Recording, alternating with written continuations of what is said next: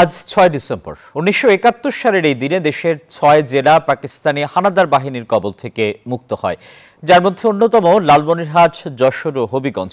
এদিন বীর মুক্তিযোদ্ধাদের প্রাণপণ লড়াই আর মুক্তিকামী জনগণের দুর্বার প্রতিরোধে পাক হানাদার বাহিনী পিছু হটতে বাধ্য হয়। হানাদার মুক্ত হয় এইসব জেলা। বিস্তারিত ডেস্ক রিপোর্টে।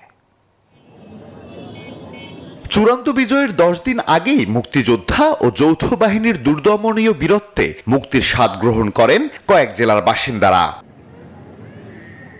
১৯৭১ সালের এই দিনে বীর মুক্তিযোদ্ধাদের মরণপণ লড়াই আর মুক্তিকামী জনগণের দুর্বার প্রতিরোধে পাক হানাদার বাহিনী পিছু হটতে থাকে। চূড়ান্ত বিজয়ের পূর্ব মুহূর্তে ৫ ডিসেম্বর মধ্যরাতে বীর মুক্তিযোদ্ধারা লালমনিরহাট ঘিরে ফেলেন। ৬ ডিসেম্বর ভোর ৬টায় লালমনিরহাট রেলওয়ে স্টেশন থেকে পাক সেনা রাজাকার আলবদর ও তার দোসররা দুটি স্পেশাল ট্রেনে করে রংপুর ক্যান্টনমেন্টে পালিয়ে যায়।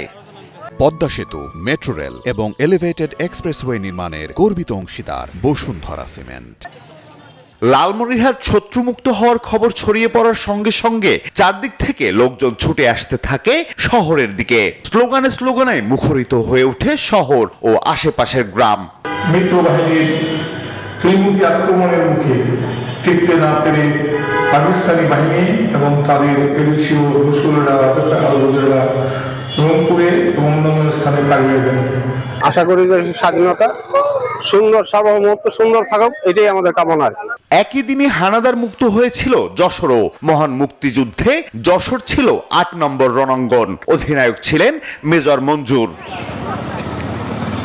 নভেম্বরের যুদ্ধের তীব্রতা ক্রমশই বৃদ্ধি পেতে থাকে। যশোর সেনানিবাস দখলের লক্ষ্যে মিত্র ও মুক্তি বাহিনীর অব্যাহত হামলায় পাক সেনারা ক্রমশ পিছু হটতে থাকে। পাক হানাদার মুক্ত হয় যশোর।